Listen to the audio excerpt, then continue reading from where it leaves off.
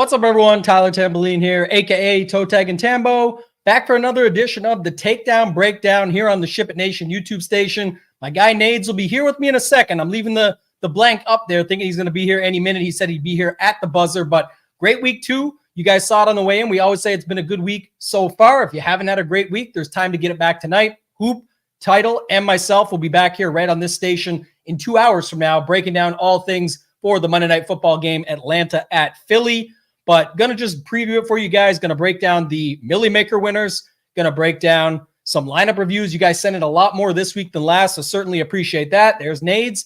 And then going to go through just a little bit like we did last week, how we could use it. I found a lineup this week. I scored it out. It wouldn't have won the Millie Maker or anything, but just some of the tools we've got over at SHIPIT Nation. Nades, bring you in, man. You're repping the jersey. Big day for your boys yesterday.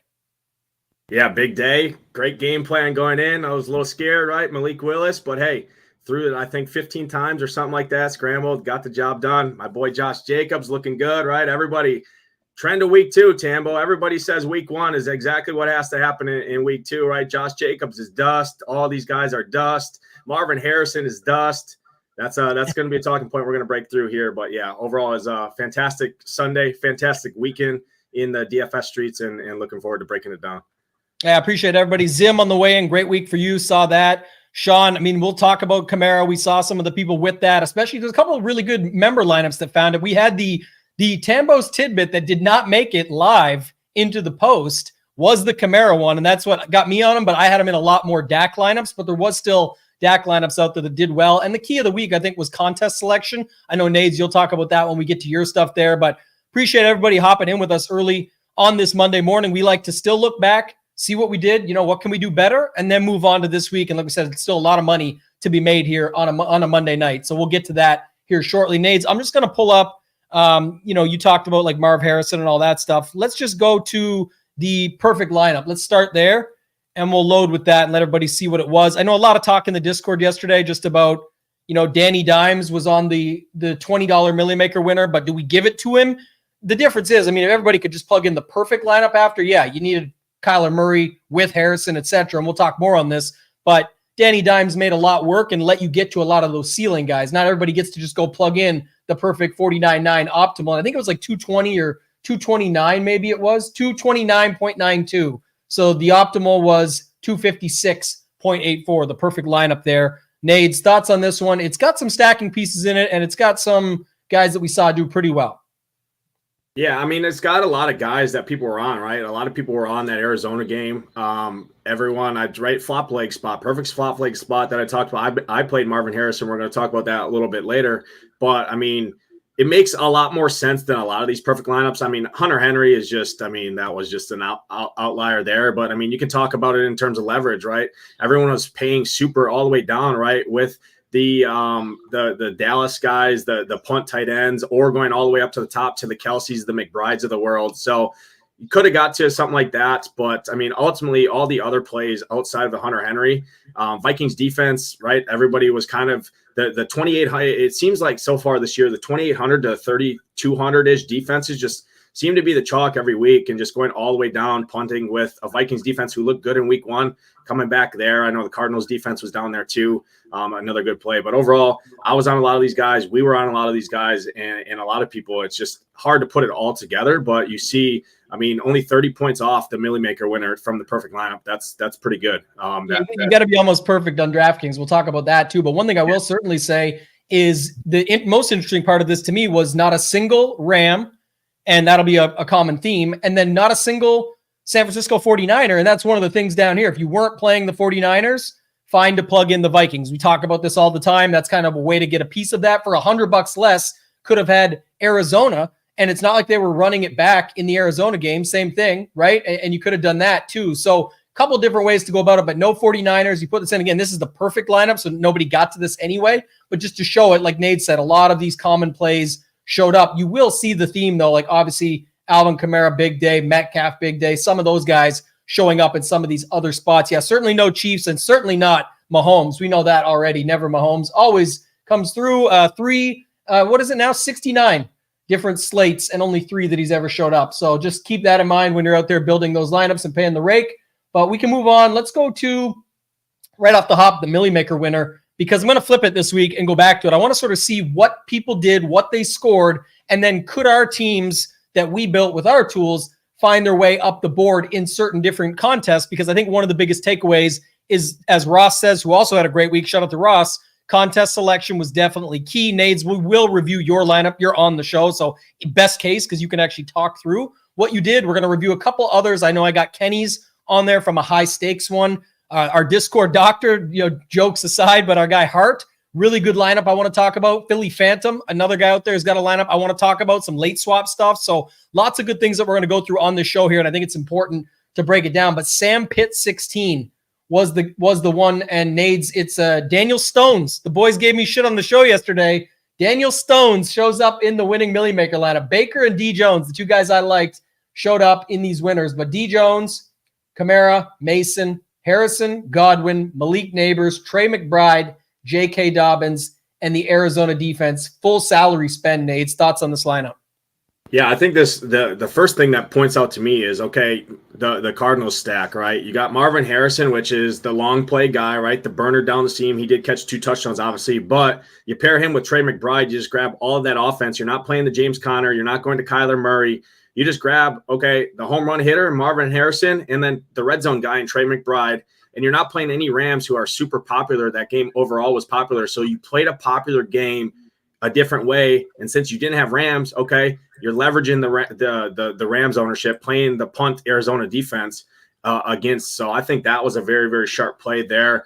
Obviously, the Kamara, I was surprised at his ownership. I mean, everybody loved that New Orleans-Dallas game. We're going to talk about it, right? I mean, Dak Prescott was not a business decision this week, but, I mean, the Saints, Alvin Kamara, I think, Tambo, you hit it on the first show, right? It's the vintage. It's all the vintage dusty guys, right? And I think you even called like a three or 4 touchdown game for Kamara on the show there. So not only that, it was just leverage off of that game, right? You didn't have the money to get up to a CD Lamb for the secondary correlation. You're just grabbing all the offense there and hoping it's Kamara day, which obviously it was. Jordan Mason was the free square of the week for everybody there. People were tilting him, but he got there late, and that was interesting because that game just went totally weird. That game was very weird. It hurt a lot of people, including myself, that Niners game. But overall, great build. I mean, the Danny Dimes to Malik Neighbors stack, right? Everybody's saying, oh, Neighbors busted week 1. He still did great. He's still the guy. He's still the target monster there in Giants. And look at, you're getting a stack for under $12,000, right? What is it? 11-2 as a stack with rushing upside for Danny Dimes. He's also off of some of those chalkier quarterbacks there. You pick his wide receiver 1 and you just stack it up. So, I mean, overall, it's a great build. You didn't need the run back on Washington because guess who? Who are you going to run it back, right? I mean, we saw Jaden Daniels hasn't been throwing the ball. He's been rushing 16 times in week 1. So are you going to go to a Terry McLaurin, which I know we were on him. A lot of people were on him. But, again, it's just taking the Chris Godwin play at the same price point range as a Terry McLaurin and just grabbing the floor ceiling combination guys. I think overall it's a great build and another non-overstack lineup that we see get all the way to the top in these large fields.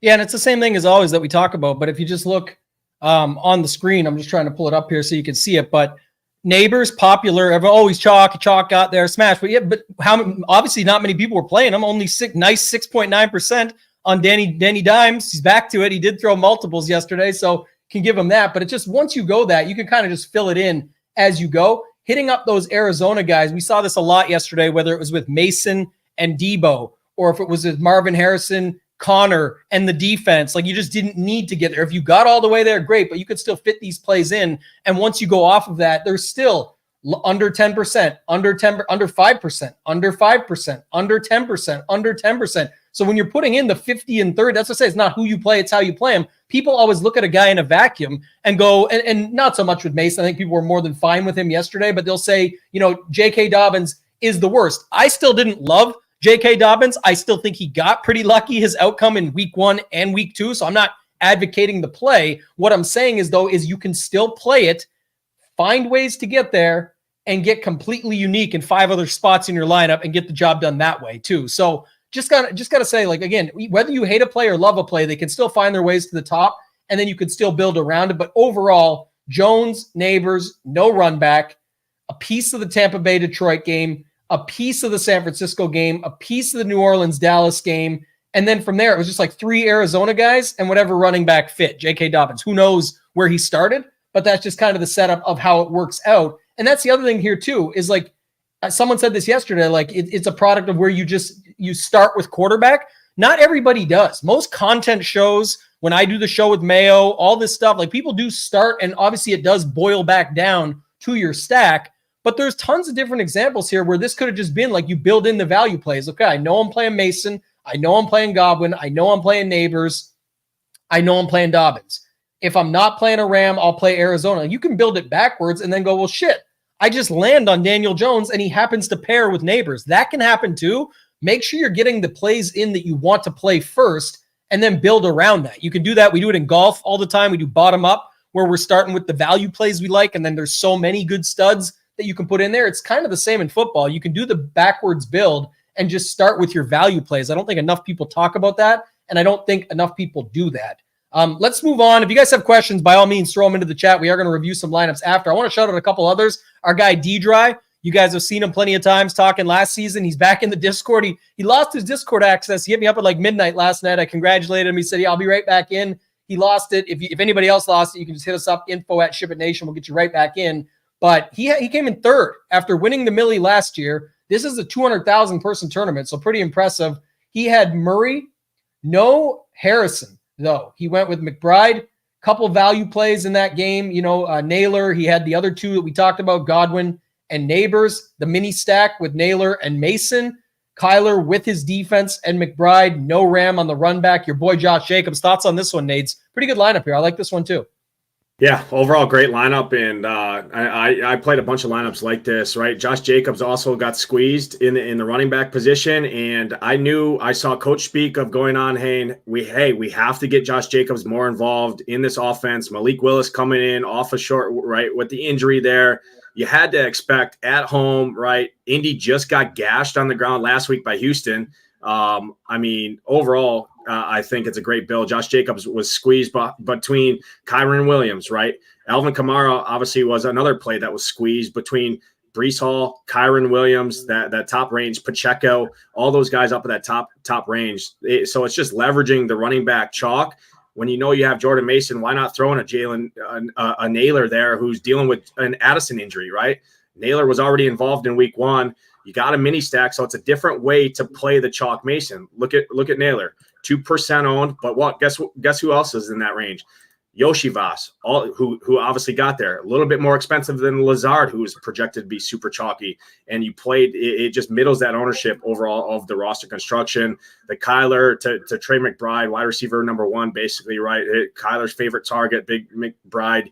You're not playing the run back because you're going to other games, right? Grabbing the floor play in Godwin, the Malik Neighbors stack there. There's just good wide receiver ones that are underpriced for their roles. So why not throw in the Arizona defense and just hope it's an Arizona smash game? So overall, if you're not playing the Rams, it's just always going to be a thing, right? You can always run the opposite side, and that's fine. I liked James Conner with the defense yesterday going against them, and that was fine. Ross points out $100,000, again, in the end, a result of $100,000 fumble, but there's also so much that goes right within your lineup that you just wouldn't expect. I mean, it's all the variance. There's ups, downs. It happens in every sport that we watch and play. Another one I'm going to review just quickly, just look at, I wanted to see it, was JSF 900. Jason, really good dude. Been in a couple different live finals now. Solid player, all sports. He just solo shipped the Millie on Thursday Night Football by 3 or 4 points, which is very unique. You don't see that very often in Showdown to not only ship it unique in the lineup for the full Millie, but also by that many points. Like, it was pretty solid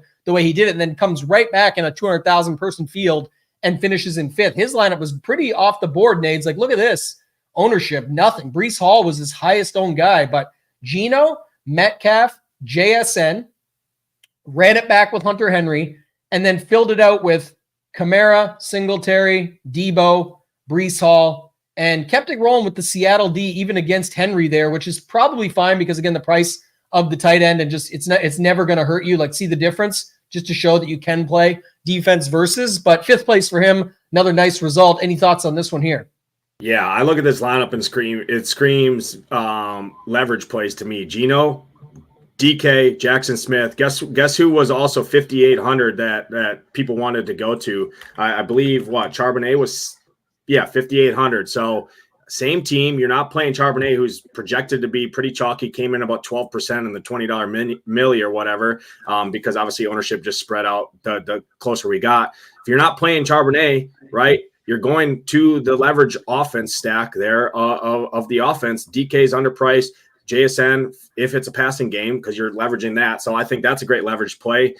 I never get worried about a tight end in particular against your defense, because a tight end, you're looking for catches across the middle or maybe a 8 to 10 yard touchdown, right? And realistically, that's not going to hurt a defense, because the defense, hey, if he's scoring a touchdown, that means the other team's going to be passing anyway. So I never really worry about that. But also the Debo leverage off of the Jordan Mason, right? Because you're already playing the chalky Breece Hall, so you don't have Jordan Mason. Maybe it's a Debo game instead of a Jordan Mason. So I love that play. And then the Devin Singletary play is a leverage built in off the Malik Neighbors in the same lineup. Obviously, Neighbors got there and crushed, but Singletary's also leverage at the position from those other chalkier guys that are a little bit more expensive to him. So overall, a very, very good tournament build.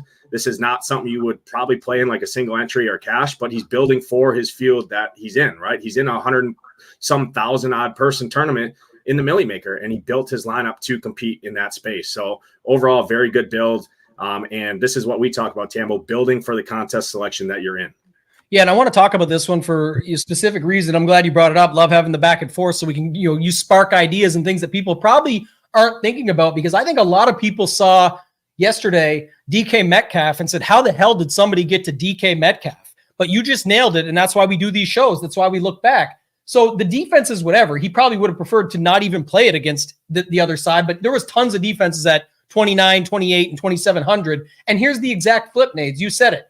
You plug in Neighbors for the same price and Charbonnet for 5,800 and take your defense down $100. And that's a way more popular build than what he built in and found here. So he double leveraged the Neighbors and Charbonnet for Singletary and Metcalf. And in this case, it really paid off due to Metcalf. But even if you were just doing a Metcalf one-off, it's what we always talk about. He flipped the build. We saw people doing it yesterday quite a bit, going away from chalk Breece Hall to play Garrett Wilson at 7,100 in the wide receiver slot. And then you pick up different money that you can use elsewhere, get to other guys in these certain spots. So maybe some people got to a Kamara and a Garrett Wilson as opposed to a Breece Hall and somebody else, right? They move down on Breece Hall to him, go up from there. So lots of different ways you can flip it, but just to spin it, $100 less. And at running back, Charbonnet was obviously much more popular. I just showed here, it was almost 11%.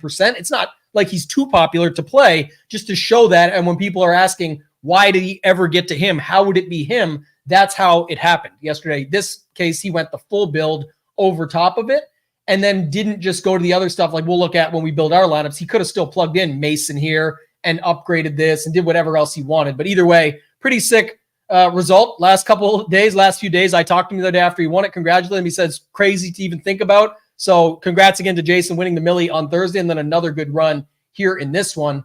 Let's look at some of these lineups here, Nades. Let's start with yours. I posted it up. I'm going to post this every Monday. If you guys want to follow me at ToeTagginTambo, when you see the post go up, you just reply. All these lineups that got thrown in here, we're going to review some of them. But I'm going to start with Nades. We got the man, the myth, the legend right here on the show with us. So you build off the tools on the site, so you'll be able to show it off more after.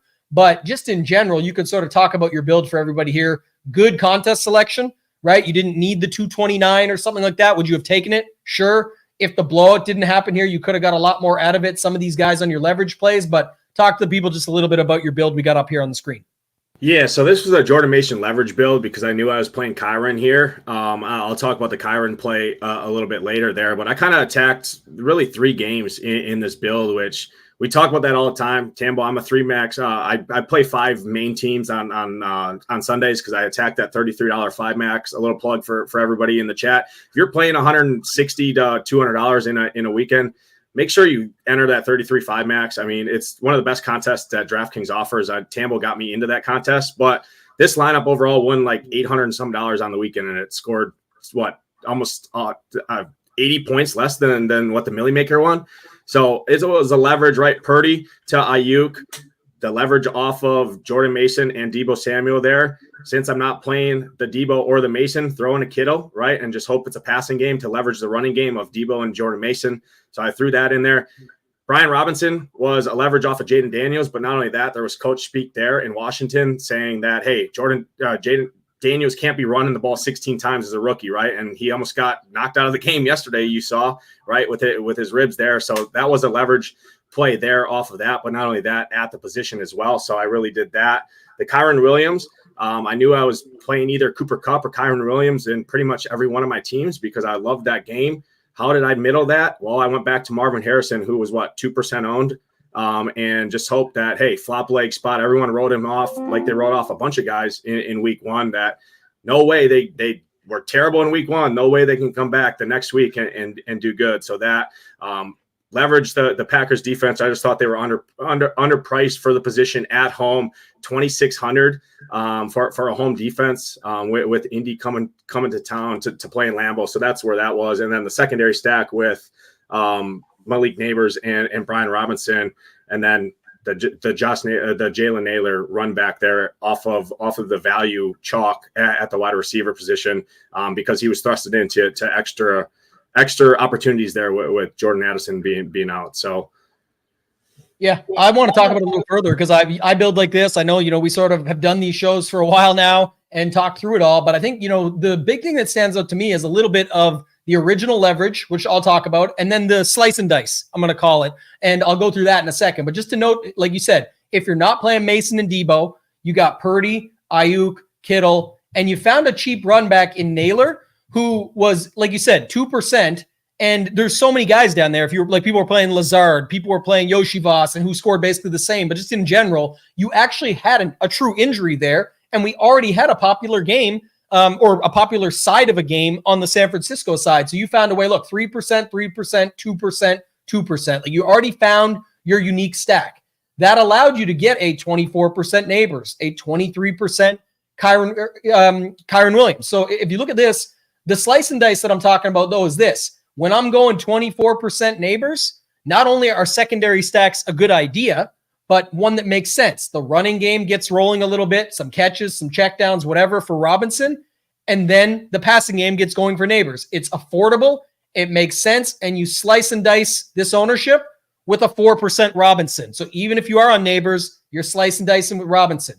You go down to your next game stack that you went in for your secondary stack, Kyron Williams, okay, 23%, but I'm already different. I don't have Breece Hall. I don't have Mason. I don't have Deebo. I don't have Jaden Daniels. I don't have any of those guys that are popular. So then you look at it and say, okay, Kyron Williams, how can I dice that one? Let's go Marvin Harrison. Same thing. Let's get the running game going, which unfortunately it did not, or nothing really went well for the Rams. But let me get the other side going, and it went the other way. And so it's either or. But I think the build is fine. I think it's really good on paper. And then the defense is just where you land. If you're not playing any Indy guys, you're a Green Bay homer, you got the jersey on, but it was already a good spot. I'm fine with this. They have a good defense. You were calling them better than that. Gwen wants to know if you hand build or use Shiptimizer. I think you've talked about it in the past. Like obviously you can build it offhand when you're building using the tools, but you also can lock in 4 or 5 of these plays or like your stack and see what that brings you within Shiptimizer. But I'll let you talk about it. It's your build. Yeah, Gwen. So I virtual hand build, we call it. I use Shiptimizer, and I see what the optimal, right, with just our cash optimal based on our proprietary projections, everything that goes into our projection base, see what kind of the cashier teams are, and then where I can pivot. And then, okay, if I plug in a Purdy and an Ayuk and a Kittle, what does the team kind of look like, right? Because so I lock players and build like that, and then I make hand tweaks based on our stack rankings, based on the stone and our tools that we're going to go through here in a little bit. But yeah, I always use an optimizer. Ours is Shiptimizer to even hand build all my 5 main teams, and then obviously I play 20 max where I use it as well. So I think it's a huge tool. We talk about it all the time. I think you're at a severe disadvantage in this industry at the current state of DFS to not have some sort of optimizer tool, whether you're a single lineup or 150 maxer, just to see where kind of the field is. We always talk about build for your competition, build for the contest you're in. Optimizers help you do that. Yeah, I'm going to show it quickly. I'm not going to go into it all now. She says, I'm in Discord learning to use the thing. We have tutorials on the site, so we appreciate it. But the virtual hand build, saying that we came up with was that you can you're using this. Everyone just always thinks an optimizer is for 150 lineups, and it definitely makes your life a lot easier. We even have presets built in that if you had no time at all and you wanted to play 20, 150, whatever, that you could get some presets that other Millie Maker winners have used over a long period of time. But just to show it off to Gwen's question here, you can use Shiptimizer to change the bracketed ownership. So if you want to have a certain number of players under 10% owned, you can say, I want 4 to 5 players in my lineup to be under 10% owned. And you can get that in every single lineup. You'll be able to see it if that's what you're looking for. You can put a broader one on it as well. We do have support in there. Like Jordan says, Nuance is our guy. Trisket, John is our other guy. They're in there helping people out. But in team stacks as well, you can set it up for how many secondary game stacks you're getting. So if you want 100% of your lineups to have some sort of secondary game stack, then what you can do is what Nades is talking about. And I'm going to show this lineup I built when we get to our tools later. But he could have just built in Purdy, Ayuk with Kittle, with Naylor, and then changed it to his build settings to have some low-owned guys, change his team settings to force in secondary stacks, built 10 lineups, and just looked at a small level. Just let me see 10 lineups and see what I can get, and then start to say, oh, I like that one. Oh, I didn't even think of that secondary stack, or, oh, those are guys I already was on. Then he can tweak it again. He can go, I'm going to lock that secondary stack, go back to the tool, go back to the hand build, lock 2 more guys, the secondary stack, and then run 10 again. And now it might only make 5 at that point, or you might have to start over and it doesn't make them. So he knocks it down to 5. But either way, that's just a way that you can look at it where you're able to go back and see and get some of these stacks built in. Eventually, you start to get good and figure out what these things just look like anyway. That's where the virtual hand build comes in. Anything else, Nades? Nope. All right. One I want to show off. I'm going to save Kenny's. He plays higher stakes. I'll come back to that. Power of late swap. I do want to show this. Obviously, Philly Phantom, a member. He played both these lineups, but he wanted to show that he could late swap off one of them that he had. He must have had multiple of the same lineup that he was able to switch things around in the afternoon. He left this one, and it finished, 160 points, 0.56, leaving Cup in there after Richardson, Mitchell, if you just even start there, those 2 busted. Playing the chalky Cup at 51%, probably not the greatest idea. Again, he had multiple versions, so he actually was nice enough to show us how this works. And it's not rocket science. It's just showing you the difference. Literally the exact same lineup. I know it's results already because you're like, well, no shit. He went from Cup to Marvin Harrison. That's not the point. That's the result that won him the money and got the much better score. The action, the process of going in and realizing that when Richardson and Mitchell are dead to me, why am I playing a 50% Cup that gives me no leverage? It gets me nowhere. It might be a min cash at best. Instead, he makes the swap in his other one to Marvin Harrison. So you got to see both versions. And this got him a 3rd place in whatever he was playing here with 184.86 points, a day of what could have been. But just to note it, this is a pretty solid build. So Nades, talk a little bit about the late swap, and then we can break this lineup down to our guy, Philly Phantom. Yeah, so I'm going to back it up just a step for the people on how do you decide whether to late swap? Well, I'll tell you how. Alvin Kamara is the stone nuts, right, based on the early game. And Malik Neighbors just went absolutely nuclear. So you go to your portfolio and you look, do I have any Kamara and Malik Neighbors lineups? Okay, well, I do. Well, what can I do to put myself in the best position to have those lineups have a chance to get as high as possible? It's not just throwing blind, going through every single lineup and late swapping, because that's just not the best use of your time. A lot of times you have 10, 15 minutes after those early games and to have this before that 3:05 kickoff of a lot of those afternoon games. So that's where you start. And then you look, okay, Cooper Kupp, one of the best plays on the board. Kyron Williams, one of the best plays on the board.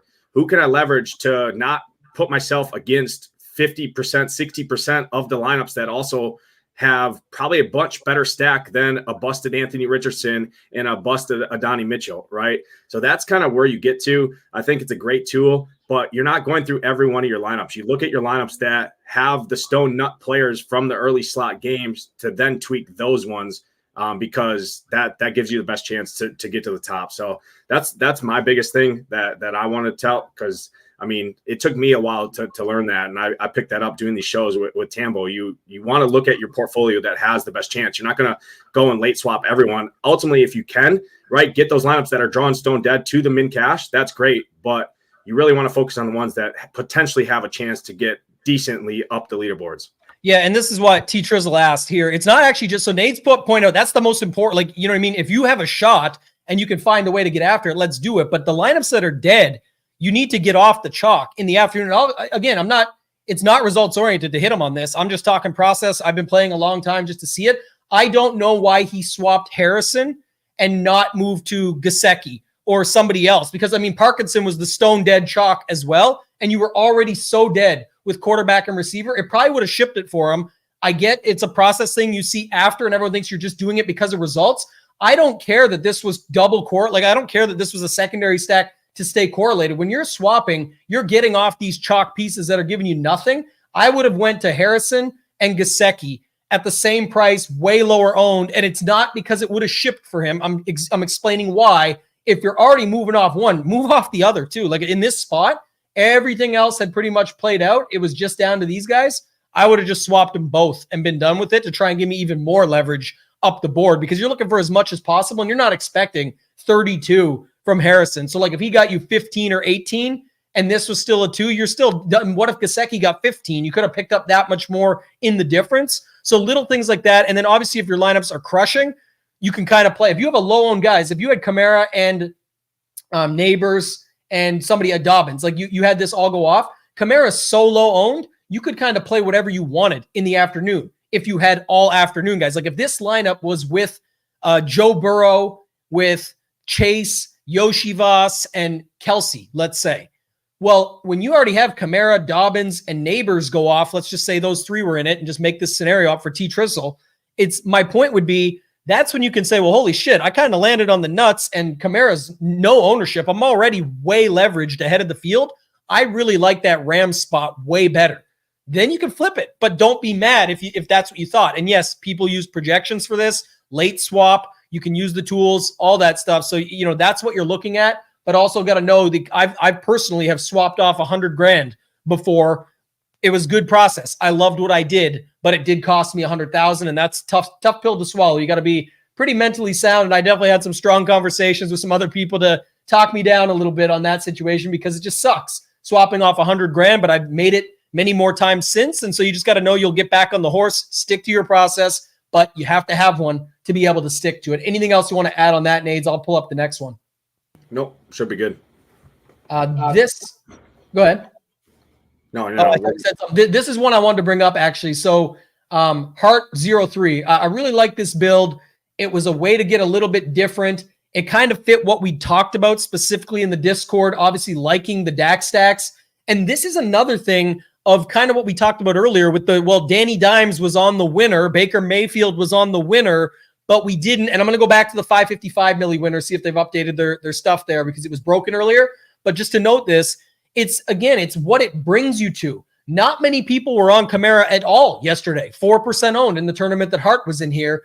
But the best way to be on him was to be on a DAX stack. Not only did we like DAX stacks, Hoop loved them, other people were on them. They didn't fully pan out. 15, 19 from his price, and 14 really solid for Tolbert, by the way. But you're not going to get that very often. But if you are going to get it, that's how you're going to land on this. Nades, we did so many review shows last year when people were like, how did someone get to this guy? They got to it because they were on the stack, and that just ended up being the run back. The tidbit that I threw in our members' Discord was about Kamara being down in games. It turned out they were up in this game, so it just went the other way, but it's just a product of whatever. Like, you wouldn't really be on him as much if you weren't on the DAX stacks. If the DAX stacks had a went off yesterday with this, we would have had a ton more winners and lineups and reviews and stuff that we were talking about that included that, but you can still put up a pretty good score, 175 with this lineup. So sort of go through it here, Nades. You can break it down in any other thoughts that you had. Yeah. First thing I want to allude to is, okay, the question of somebody looks at this lineup, how in the world does he get to Jalen Tolbert? Well, I'll tell you, Tolbert played 70% of the snaps in week 1. He's the wide receiver 3 in this offense. You're double stacking Dak because you're not, guess who people were playing, right? They were playing the tight end, right? Schoonmaker at what was he, 2,900? So you pay up a little bit more at the wide receiver position to 3,500 Tolbert, who's the wide receiver 3 in this offense. But not only that, you're also leveraging the Allen Lazard, the Yoshi Voss, the Tyler Johnson, the Rams guys, right? So overall, that's how you get to a Tolbert. You're already on the stack. Okay, run back Kamara. Kamara's game script independent, right? He's very good in the dump down, check down, trailing, and he's also the lead back when they're winning. So it's a perfect run back in a scenario like this. Overall, love that build. The Dobbins, you see him in all these builds. That kind of he probably just landed on Dobbins, or he plugged in Dobbins and Mason as the two value running backs. There, new Kamara just fit the run back, and then he has a secondary stack with Demarcus Robinson and Trey McBride, spending up at tight end because he's spending down at two running back spots, allowed him to go up at tight end because he's spending down at both running back spots and two wide receiver spots with Demarcus Robinson and Tolbert, where it makes sense. He's not just going in and clicking all value guys. He's making the value guys fit his build and the stack overall and correlated the build. Yeah, we'll say this too. That's the other thing. He's 3,500. Tolbert was 3,500. So there was other places you could have went there, but like even outside of that, in a high stakes or anything like this, to me is still fine. Like if you're rolling with Dak, you're rolling with Lamb. If you're double stacking, which you probably are, it's Tolbert or it's Schoonmaker, and you could have got away with either. Tolbert's fine. Again, this would be the one play. Someone out there, we're about to review Kenny's lineup, who we played in the Thunderdome. It cashed everywhere else but there. But just to show, like it came in 25 points less or something than this, maybe 15. I'll have to look if it was 150, 159. But just to note, it's like this play is the one that's off the wall. After that, to me, it's not that crazy. Like, you know, once you're playing Dak, Alvin Kamara's in there. Dobbins with the Chargers D, both were popular. That's a fine play together. Getting away with Mason because of all the other low-owned guys is fine. A secondary stack of McBride and that game with the points that I were putting up, if you're not playing Cup or you can't afford him, Demarcus Robinson. It's a little off the board, and I get it, but it also shows that the points can still be put up, and there is still, you know, Dak almost pushing 10%. Dobbins almost pushing 20. Lamb almost pushing 20. Robinson was one of the more popular value plays, almost 12. 55 on Mason, 12 on the Chargers. It wasn't completely off the board, and it made a lot of sense. Dak, Lamb, Tolbert, run it back with Kamara, the thought process we had. Secondary stack with Dobbins and the Chargers D. Secondary stack with Demarcus Robinson and McBride.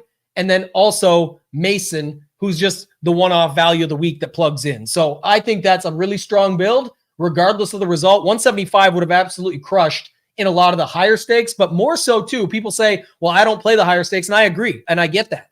But what you should be playing, and we talk about it plenty over at SHIPIT Nation, is the satellites, and this score would crush a bunch of satellites. All those $100 or less fields, this would be doing okay in them. Obviously, the lower you go in them, the more your chance at shipping them. Most of them are winner take all, but some of those 60-mans or 15-mans, 20-mans, all those, these can still do really well in something like that. It's not like he didn't have more upside here. There was definitely upside left on the table with Dak, Lamb, some of the other stuff. So I think that's another one that you could go to as well. I was going to look here. I'll show you guys just so you see it at Kenny's and just go up here. It was 150.8. I am going to look at it over here, though, because we brought it up legit, like so you can see what you're up against. There's an example. Again, nobody's really getting to this, but it's a 30-man entry. It's not to say you're playing in the $5,300 Thunderdome. I'm just showing what that type of score, even with some of the failure in it, would have still got you to. Here's Kenny, though. He came in 8th in this one. Stone bubble, it looks like. I'm not sure if this is fully updated, but it looks like it is, so that kind of sucks. But Nades, here's his lineup. Baker, Evans, Godwin, Parkinson, Cup, Dobbins with the Chargers D, and then Mason and Neighbors. So kind of just plugging in a lot of the chalk, but some one-offs and a little bit of the different plays there. It's kind of how you play this high stakes stuff, but give me your thoughts on this one. Yeah, so you really need one or two spots to be different in a high stakes, right? You're playing a 30-man field over a $5,000 entry fee. You know a lot of these builds are going to be cash. How did he differentiate himself? He paid up at wide receiver in the stack to Mike Evans. Didn't pay off, but guess what? Mike Evans gets you 15. Well, I mean, he's in second place in this contest, right? So, or third place, right? So it's just building for your field, grabbing the combo pack of Parkinson and Cup and just saying, okay, I'm not playing Kyron Williams. I'm just going to grab the other two guys in that offense and hope it's not a Kyron Williams game. So overall, it was a nice build for the contest he's in.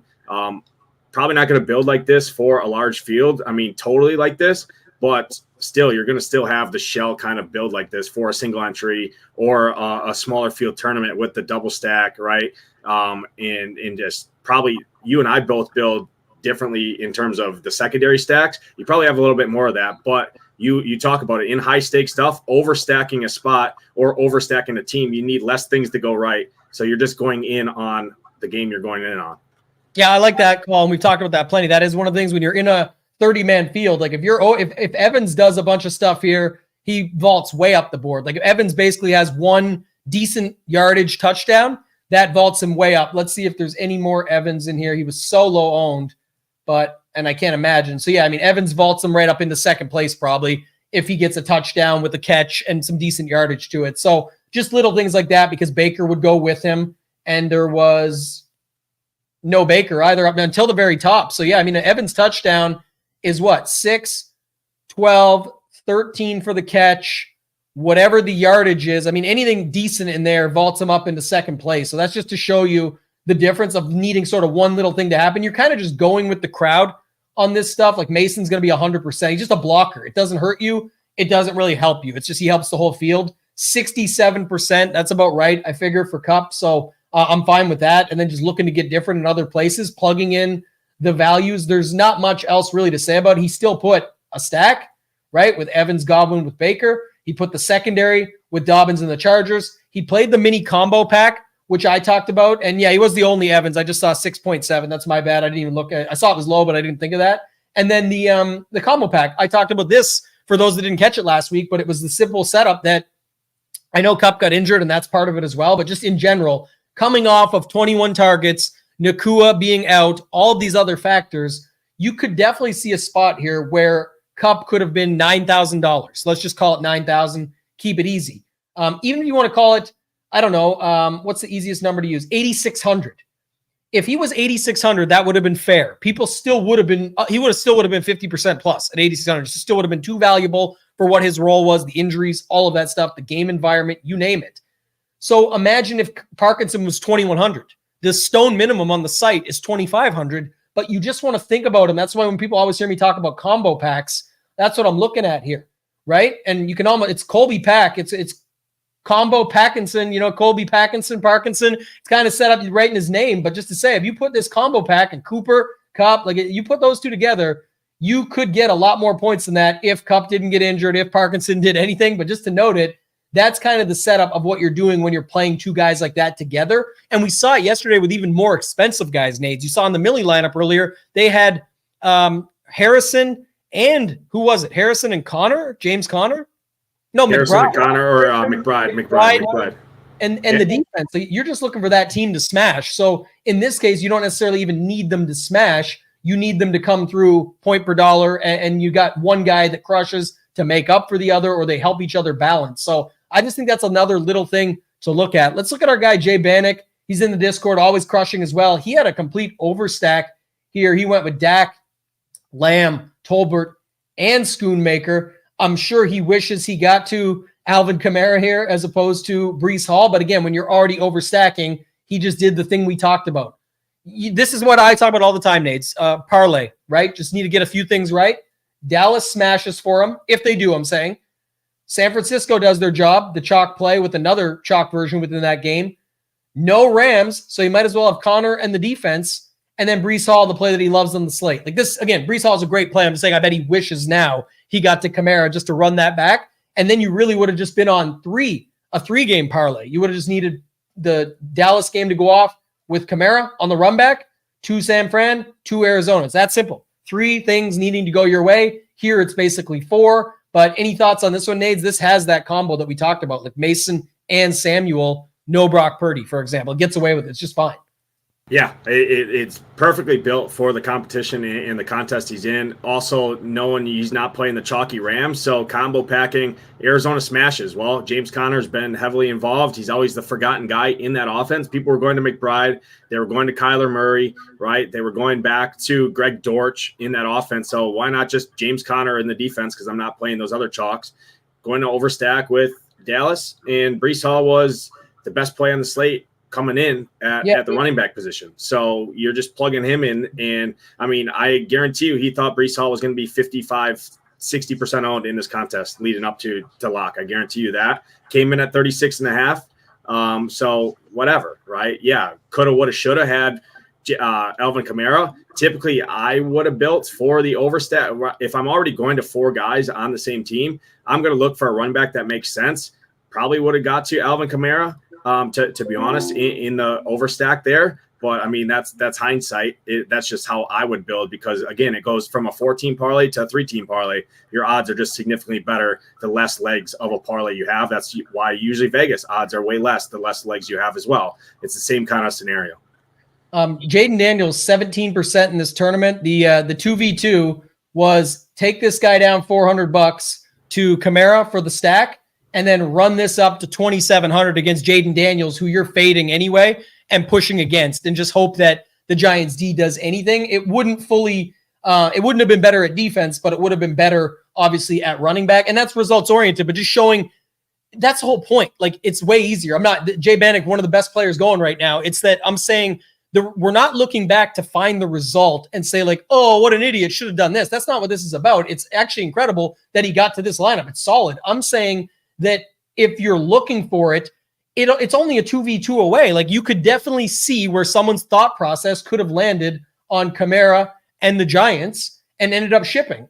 That's just the difference of what we're looking at to see how you might find it. And really, when you're going back, sometimes you'll make the wrong 2v2 and sometimes you'll make the right one. And it's not about the result. It's about thinking about other angles of attack and how you could have got there and would it have made sense, learning from it. And then maybe next time the 2v2 goes in your favor. It's just little things like that. Shout out Jay Bannock, amazing dude, amazing player. Just want to point that out. But in general, just keeps crushing. So I think that's probably it. I will do more next time. I think the thing is right now it's broken. The 555 million that I wanted to review, it's stupid. It's not working. Yes, half the lineup's not there. They left a running back position out, so it looks like, everybody. I'm sure our guy Lone Hicks, Kenny, would like it a lot better with the result they're showing, because they're showing him as the winner, but it is not the case. And I know that he got run down a little bit. Another great showing for him. He got a live final seat yesterday, I saw, so congrats to Hicks, but it was not him that won. It ended up being somebody else. RS Bathla, he had a huge day yesterday, just absolutely crushed. So something to keep an eye on for the future. But let's go, Nades, back to here. I want to show this off because I built this lineup off of our tools, and I got the score for everybody this week. So this one scored 174 points, and I think it kind of makes sense for what you could get to, and even in the high stakes. Like, I could definitely see Kenny playing this lineup in the Thunderdome. I think it's more than fine. Look at this lineup. It's Daniel Jones with Malik Neighbors. I used Hurts as a run back just to fill up the spot. That's kind of like a little bit different there. But other than that, it's pretty straight up. It's Breece Hall.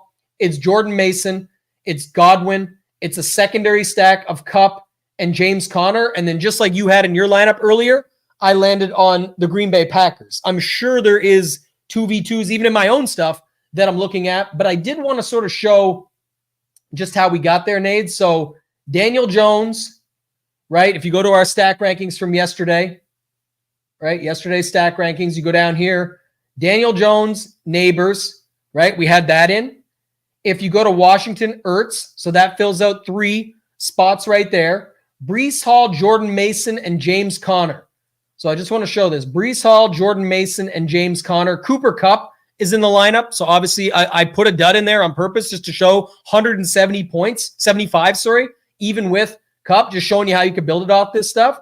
But if you're not playing Kyler Murray, who ended up being awesome, which is not great for the stack rankings, but just noting it, if you weren't going to him, I was fine with James Conner. That's how I look at this. So I got Kupp and Conner in there. If I'm not playing the Purdy pass attack, we already know Mason. That's why we're playing him. So Mason made it in because of that. And then Breece Hall, same sort of idea. You go down here, Aaron Rodgers way down the board. We already like Breece Hall. These guys popped. I plugged him in. So that all makes sense to me. Then you go back, Godwin right there. So I'm staying within sort of these top teams like Ertz and up, and even Ertz is the only guy that I dropped to here outside of Neighbors and Daniel Jones. So it's like that's kind of the setup there. And then Green Bay Packers against Indy. Again, Indy down the board below Zach Ertz. So I just used Green Bay against this side. Not like anybody was heavy chalk there, but anything you see with that, Nades, because I want to go through it a couple ways, but that was the first way, just showing people how they can get to a 175-point lineup just by using the stack rankings and Shiptimizer. Yeah, no. So it's actually funny you say that because lineup that I actually played in the 33.5 max was the same thing, and I built it very same. It scored 164.82, and it had Danny Dimes, Malik Neighbors, Wando Robinson, the exact stack right there on the stack rankings.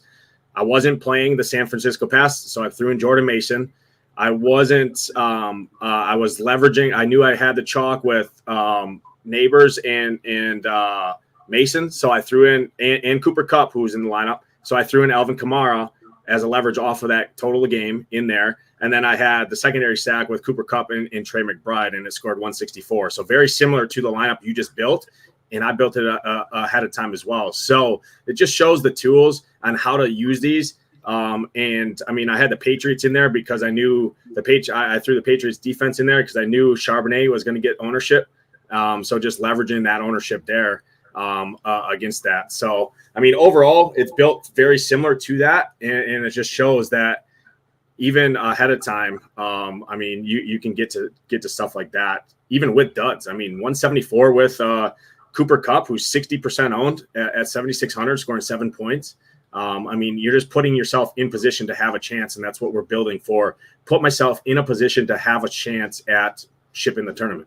Yeah, and this is good. I'm glad Kenny brought this up because this is going back to like the Jay Bannock thing. This lineup's better on paper, projects way better with Breece Hall, with like everything here makes perfect sense. I was just showing how you could land on it. Again, it's easy to see it in hindsight. That's not what it's about. And Kenny brought it up here. It's exactly, he says, I could have gotten down what would he got? $1,100 down to 2,300 here. You played Arizona defense against these LA guys and still get away with it, and then move Mike Evans up to like a Amon-Ra or something. But that's just an example that we're going to look back on. It doesn't, we play straight up, we put in the money, get it in good, feel good about it. And if it doesn't work out, then so be it. But I love that call. That's why we're looking back. That's why we're spending the time on this. And Nades, just going back to your lineup from earlier, Purdy, Ayuk, Kittle, Naylor. Purdy, Ayuk, you went with Kittle instead of Debo. Naylor was still popping in that top tier, right? Who was your next one? You went, if you're not going Matt Stafford, you can't. You've already used your quarterback up, Kyron Williams. If you're gonna run him back and you're not going somebody else, you went down to the Marv Harrison play, which is kind of down the board a little bit, but the rest is Neighbors. So where's this at? Jaden Daniels was here. You went with Robinson instead. If he's down the board, go with Robinson. You went with Neighbors, who was here. You did the same Green Bay Indy thing. Like, you can just see where these builds start to make sense. And then I just want to go to the stone real quick, going back to this one. Remember, it was Jones. We had Neighbors, Ertz, Connor, Mason Hill, Godwin, Kupp, Packers. Just going to the stone, the sneaky game. You go down here. This is the one. Daniel Jones, Neighbors just popping off the page for the optimal stuff. Zach Ertz, not popping off the page, but definitely decent in that range versus some of the others. When you look at a guy like McBride only being 7% of the time, he's almost 5%. Another guy that you could go to, Parkinson, only 7.5 and 13.1, 7.8 and 13.6, but with no ownership. So just starting with that, okay, makes sense. Back to our guy, Jay Bannock. No secret why it was on Breece Hall. Breece Hall popping off the page, even with the high ownership, it was very little negative leverage. So again, not knocking the play. Loved it. Just was showing an example of how you could have got there differently. Love that call. We all know what it's going to be with Mason when we get there. Huge. Again, even with negative leverage, it's because he was so high owned. But in this case, still super popular. The top leverage on the slate for us. Go down to Arizona. James Conner. High upside play. Solid leverage, right? Everything looks good on James Conner. Who am I missing? We need Godwin. We need to show off Godwin, Kupp, and Green Bay Packers. No secret on these guys, but just going back. Godwin. Where's this one at? Godwin. Top guy here. 10% optimal leverage. Again, even without, still solid play. And then who's the other guy I said? Kupp. Yeah, Kupp and Packers defense. Kupp, right up there with Breece Hall, so more than fine. And then the Packers defense was at home. Down here, very solid. Look at the 3.9, 3.9, 1.6, 3. These guys had a 7.4 with positive leverage. Landing on them, there was no problem with that. So again, another way just to show people how they can use the tools over at SHIPIT Nation here, just to show you guys the Packers was 7.4. Here's the others around them, 3.9, just other defenses in general, 1.6. Jags were actually up there, but you had to pay a lot more, and you got a better optimal number with more leverage. So just anything else you want to add, Nate, just for how we use the tools over at the site. But I think that's kind of the key. Remember, we've got you all covered at SHIPIT Nation, tons of stuff to find your own process, to be able to find your way up the board, and then even get Shiptimizer to be able to build it out. That was a dud with Cup and Ertz and, some basic low numbers on some of these guys, and still scored 175, just showing you how you can do it using the tools. Yeah, no. So my 5-hand builds using the tools, I cashed 4 out of the 5, and my highest scoring lineup was 169, and I had a massive day. So it's just like using the tools, it's just building correctly and sticking to your process. I build the same way every single week, regardless of results. I obviously go back and review, like on the show, I review ahead of the show and continue to review on how my builds went. But sticking to a process, using a process like our tools help you build, and sticking to that. Even if I had a shitty week this week, well, guess what? I'm not going to blow it up and start fresh, because then you have nothing to measure against, right? Sticking to that, building the same way, and just putting yourself in position. And we showed you multiple different examples, myself included, from the builds that I had, as well as the contest lineups that we reviewed on Fantasy Labs on the dashboards, looking at other players that had huge weeks. So it's just stick to your process, stick to this, and rewatch these shows. That's why they're recorded and saved on this channel. I know we referenced this in our own members Discord yesterday multiple times. We had questions about how do you use these tools, and we directed them right back to the show that we walk through live every single week on how to build lineups using the tools here. So huge part of our process every single week.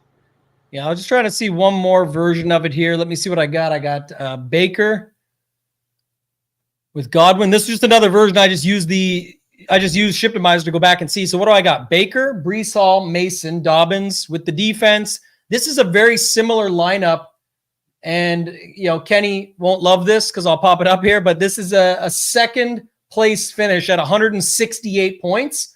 And if people see, again, just going back, I don't mind showing it off. We're sticking around trying to end this thing in an hour, but just to show you, all I did is go to Shiptimizer with our projections. You saw stack rankings, how high up a guy like Baker and Godwin was. So just going back into it again, Baker, I locked in the top 3 running backs with Mason, Hall, and Dobbins based on value.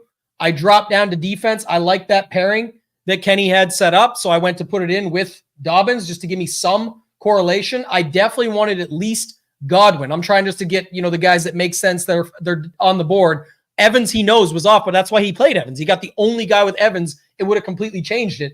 I land on Evans, and then it's fine. Like I just put in the difference. The difference is Cooper Kupp, our number 1 guy, Malik Neighbors, who, by the way, could have been, when you sort by salary, he wouldn't have been by value. But if you were looking to get one more spot different, Neighbors or Metcalf both would have scored pretty well if you were looking for a pivot off of Charbonnet.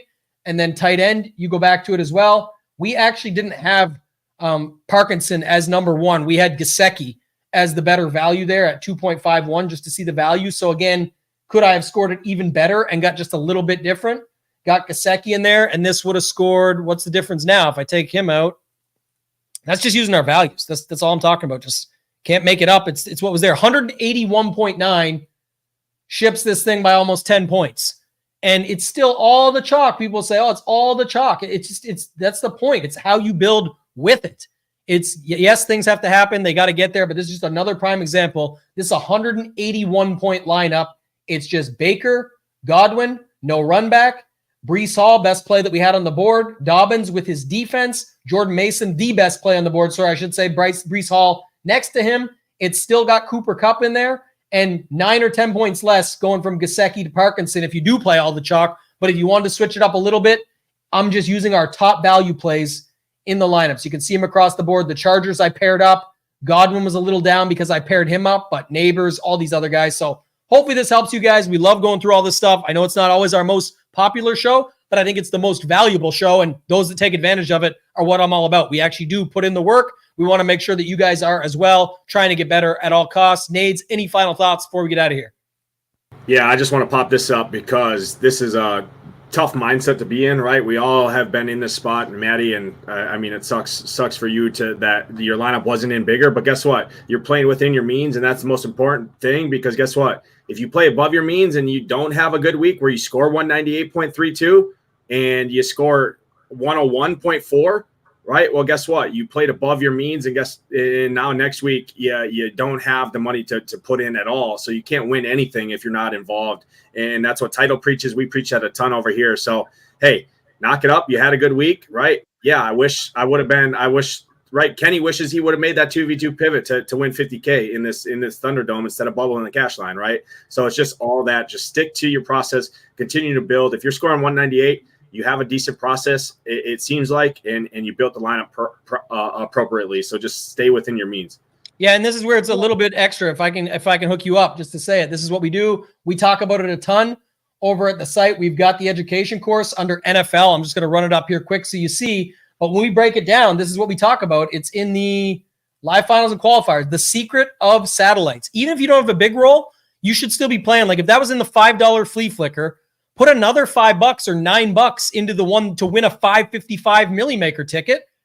Okay, you finished 43rd and you wish you played bigger contests, but now you are in a bigger contest because 198 just trumps everything in those tournaments and you crush, get yourself a 555 Millie Maker ticket. And what if next time you have the same stroke of luck, you end up getting the lineup, you put your skill intact, you worked on your process, you get another 198 pointer that wins the 555 Millie Maker, and it's just that little change in your game that you make to be able to put yourself in the position, find your way up to the top, and now you got $1 million to work with. Your bankroll is much bigger, and your process stays intact. You keep working on it. You put even more time because now you've got more time and money that maybe gives you more time to dedicate towards it. So you're here now. You're doing the right thing. You're working on your game, but definitely integrate satellites into what you're doing. That's the whole point. For those that don't have a big bankroll, get into it that way. Don't buy in. Don't worry that you can't buy in. Play the $5 flea flicker, put another $5 or $9 into a satellite. And if you come 43rd in the flea flicker, disappointing finish because it's not a huge payout versus it being so top heavy, you still got yourself a ticket for a big time tournament next time that you're coming out. So that's the final thoughts from me. Nades, thanks again for hopping on with me. Thank you guys, everybody, for watching. If you can help spread the word, we appreciate it. Like the video, subscribe to the channel. We're going to keep doing content like this as long as you guys like us doing it. So thanks for watching.